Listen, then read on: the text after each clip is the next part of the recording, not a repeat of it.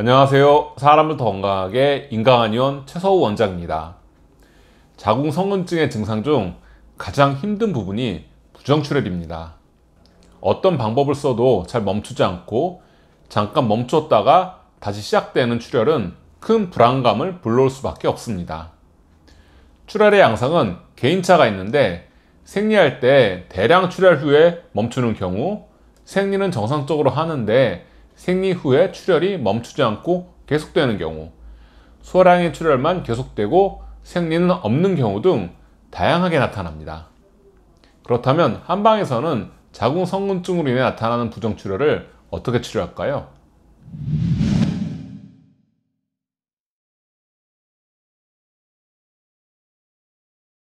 한방에서는 지혈, 행혈, 행기에 초점을 맞추어 자궁의 우려를 해소하고 출혈을 멈추는 방식으로 치료를 진행합니다. 치료 과정에서 초음파를 통해 자궁의 변화를 지켜보면 예외 없이 비대했던 자궁의 용적이 줄어드는 것을 확인할 수 있었습니다. 최근에 있었던 자궁성근증의 치료 사례를 소개하려고 합니다. 부정출혈로 고생하시던 48세 환자분이 보호자와 함께 내원하셨습니다. 보호자께서 굉장히 걱정스러워 하시면서 그동안의 병력을 쭉 말씀해 주셨습니다.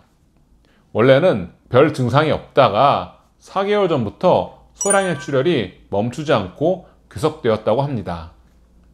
2달 전에 산부인과에서 미레나 시술을 했는데 오히려 출혈이 늘어나서 한 달 동안 기다리다가 도저히 안 되어서 미레나를 제거했다고 하셨습니다. 그 후에도 소량의 출혈이 멈추지 않고 계속해서 나와 방법을 찾다가 내원하셨다고 하셨습니다. 출혈량이 많지는 않았지만 몇 개월 동안 이어지다 보니 약간의 실혈 증상도 나타났습니다. 초음파로 보니 자궁의 직경이 9.5cm 정도로 자궁이 커져 있었고 두꺼워진 자궁 근층 안에 우열이 군데군데 관찰되었습니다. 우선 지혈에 초점을 맞추면서 자궁의 우려를 해소하는 행열, 행기의 처방을 사용했습니다. 15일 동안 1차 복약 후에 전화를 주셨는데 10일 지난 시점에서 출혈이 멈췄다고 하셨습니다. 일단 같은 처방으로 다시 15일분을 투여 후에 다시 초음파 진단을 하기로 했습니다. 드디어 2차 복약까지 마치고 내원하셔서 자궁의 상태를 확인한 후 다시 치료 방향을 설정하기로 했습니다. 자궁의 초음파 영상이 나타난 순간 환자분, 보호자, 그리고 저까지 함께 놀랐습니다. 복약 한 달 후에 자궁의 직경이 9.5cm에서 8.5cm 정도로 줄었고 무엇보다 울퉁불퉁했던 자궁의 윤곽이 상당히 매끈한 상태로 변했기 때문입니다. 모습이 많이 바뀌어서 지난번 영상하고 몇 번이고 다시 비교하기도 했습니다.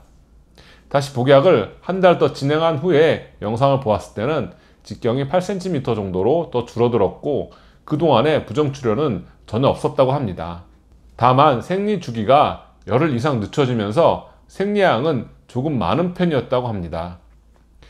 수술까지 생각했는데 출혈이 멈추고 자궁 상태가 좋아져서 수술하지 않고 한방으로 치료하기를 잘했다고 보호자께서 거듭 말씀해 주셔서 기분이 좋았던 사례였습니다. 그동안 자궁성근증으로 인해 유발되는 부정출혈을 치료하면서 느낀 점이 있습니다. 자궁의 용적이 클수록 치료 후에 변화의 폭도 크다는 점입니다.